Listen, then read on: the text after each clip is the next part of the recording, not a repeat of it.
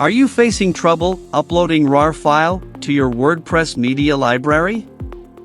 By default, WordPress doesn't allow RAR uploads due to security concerns, since RAR files can potentially contain malicious or executable code.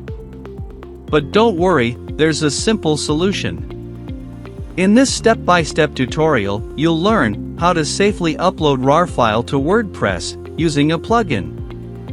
Navigate to Plugins. Click Add Plugin. Search for Upload Any MIME Types. Navigate to Upload Any MIME Types plugin.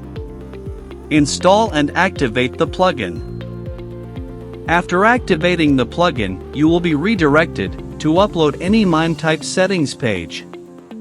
Navigate to RAR file type. You can now enable RAR file type simply by toggling the switch on. Or, search for RAR file type in the search bar and press the toggle button to enable it.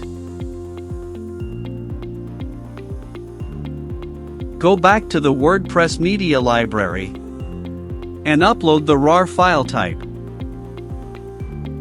Your RAR file will now be successfully uploaded without prompting any error messages.